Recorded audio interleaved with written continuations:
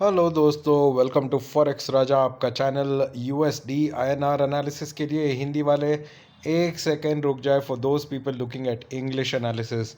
Just forward the video to the middle of the video till the end is the English analysis. तो दोस्तों आइए देखते हैं आज मार्केट में क्या हुआ और हमारा लेवल्स कौन सा था। राइट दोस्तों, मैंने आपको कल एक इम्पॉर्टेंट लेवल बताया था, वो था यहाँ पे जो है 83.11। राइट, और जब तक स्पॉट 83.11 के ऊपर है तब तक नीचे एक अच्छा बेस बना चुका है और इसके ऊपर ट्रेंड होना चाहिए। हावेवर फिर बट मैंने आपको एक लेवल भी यहाँ बताया था कि नया सा एक रेसिस्टेंस फॉर्म हो गया है 83.155 पे, और इसको तोड़ना ही मुश्किल बन रहा है। तो ये एक रेसिस्टेंस बताया था और इसके ऊपर मैंने अपना अल्टीमेट रेसिस्टेंस बताया था 83.195 का।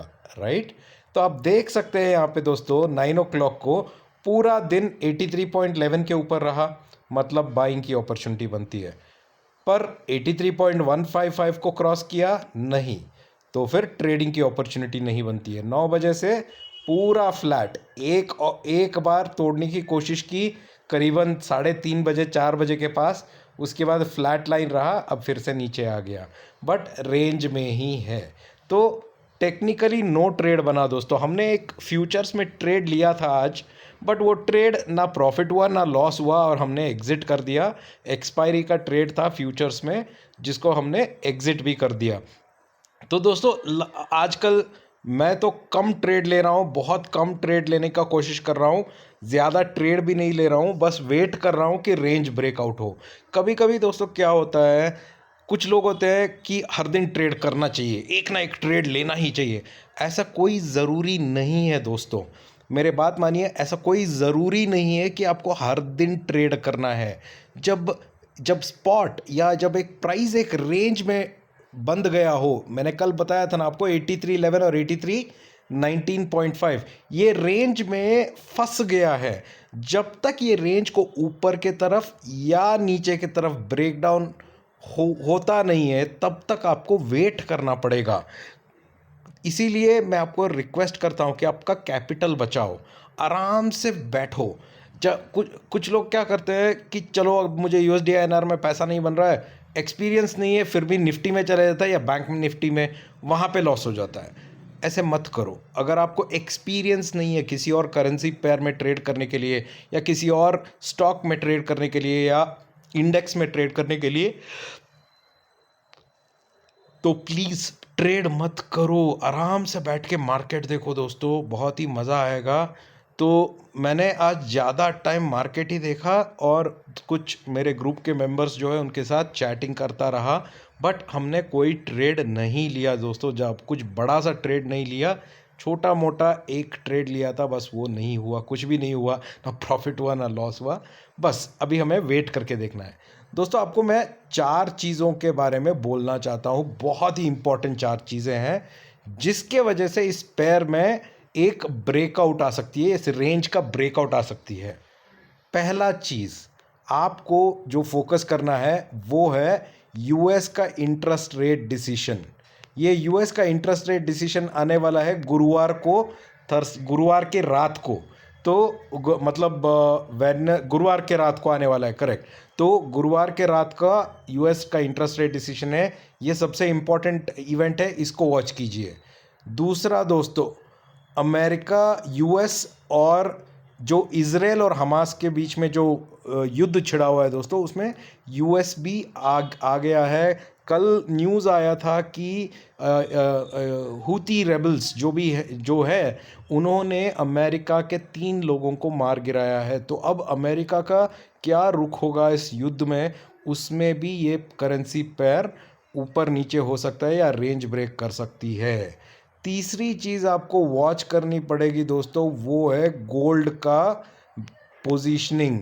क्योंकि नॉर्मली जब युद्ध होता है या जियोपॉलिटिकल टेंशन्स होती है तो गोल्ड नॉर्मली ऊपर जाना चाहिए, बट अब हम देख रहे हैं पिछले 3-4 दिनों से कि गोल्ड भी एक रेंज में स्टक हो गई है, गोल्ड मूवमेंट ही नहीं दे रही है।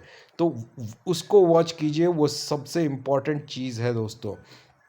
चौथी इम्पॉर्टेंट चीज़ जो आपको वॉच करना पड़ेगा वो है यूक्रेन और रशिया का जो युद्ध चल रहा है दोस्तों, उसके बारे में अपडेट देखते रहिए, क्योंकि आजकल यूक्रेन और रशिया में जो हो रहा है उसका इक्वेशन का इम्बैलेंस की वजह से कुछ important news like last week क्या हुआ था, पिछले हफ्ते क्या हुआ था कि यूक्रेन ने रशिया का एक गैस पाइपलाइन को डैमेज कर दिया था, जिसके वजह से रशिया का गैस सप्लाई रुक गया था दोस्तों।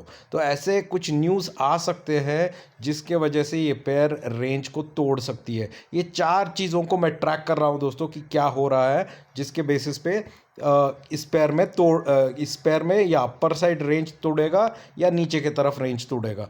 तब तक वेट करना ही पड़ेगा दोस्तों इस पेयर में। तो आपको जल्दबाजी में या पेशेंस को के ट्रेड नहीं लेना है, ठीक है। चलिए कल के लिए करते हैं एक क्विक एनालिसिस।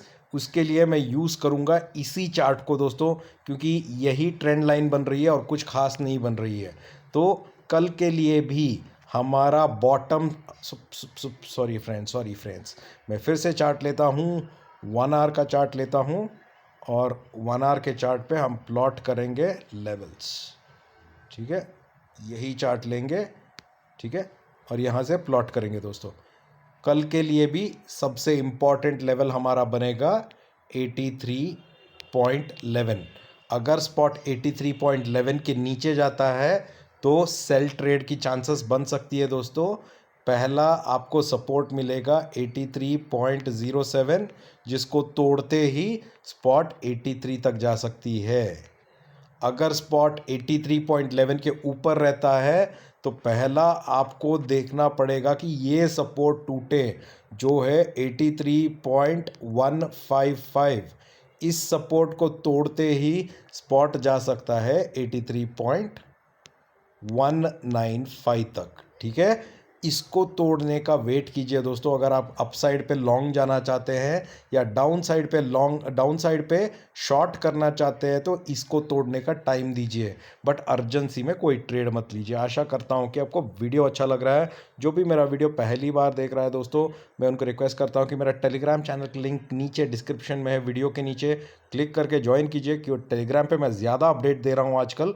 और मेरे चैनल को प्लीज़ शेयर और सब्सक्राइब ज़रूर कर देना, ठीक है। चलिए, now let's do the analysis in English. So hi friends, welcome to Forexraja, your channel for USDINR analysis. Friends, let's see what happened in the market today and try to compare it with our analysis that I shared with you yesterday. Friends, yesterday I had given you a very important level to watch out for, which is 83.11, because if spot is above 83.11, the next important level that I had given you was 83.155, and only if this level breaks and sustains we can look at our upside level of 83.195. These were the levels that I had discussed in my yesterday's analysis. You can see here the whole day today from 9 o'clock till now, spot has not broken 83.11, and I had told you the importance of 83.11 in my previous analysis. And you can see here at 9 o'clock opening close to around 83.14, then slowly it was in the same range, tried to break 83.15, 83.155, could not break, but it was almost in that same range. And in the evening after 6 o'clock, again the same downtrend, but it's still in the range. As I told you friends, it is very important for you to save your capital, not to take any trade until the range breaks, either on the downside or on the upside. There has to be a range breaking that has to happen. Buy only if spot goes above 83.195, sell only if spot breaks 83.11. In between this 8 paisa, don't do anything. Many people get into compulsory trading, that means they have to take some trade every day. It is not necessary friends to take trade every day. There are days when you have to wait and watch. Sometimes the wait and watch can be for 3 to 4 days also. So it's better to wait and watch, save your capital rather than taking some nonsense trade and losing money. Some of my friends, what they do is, because they have to take a trade, they see that there is no movement in USDINR, they try to see their luck in GBP INR or Euro INR, or they sometimes try Nifty and Bank Nifty. Friends, if you don't have experience in trading in any other currency pairs or in the index, my only honest request is, don't trade. It is okay not to trade. Today, if you ask me, friends, I took only one small trade on futures. That trade ended up in no profit, no loss, and I just exited. After that, we took another very small trade, again no major lots, nothing, very small trade, just there, and we were just waiting, nothing else. Maximum time I spent time today chatting with my members in the group, and we are just spending time. Apart from that, we did not take any trade. So it is better to control yourself and make sure that you don't take wrong trades. Okay, so that is the key thing, friends. 4 things I want you to watch out for. There are 4 important things you have to watch out for, because one of the reasons out of these 4 things can lead to the range to be broken. Either on the upside 83.195 will break, or on the downside 83.11 will break. These are the possible 4 reasons. Point number 1. First one is, on Thursday there is US interest rate decision. This Thursday, that's on the 31st. So watch out, 30th, sorry. So watch out for the US interest rate decision, which is coming on Thursday, and that could be the one of the reasons where there could be a breaking of this range of 83.19 to 83.11. First reason. Second reason, there is the war between the Israel and Palestine and the Hamas that is happening.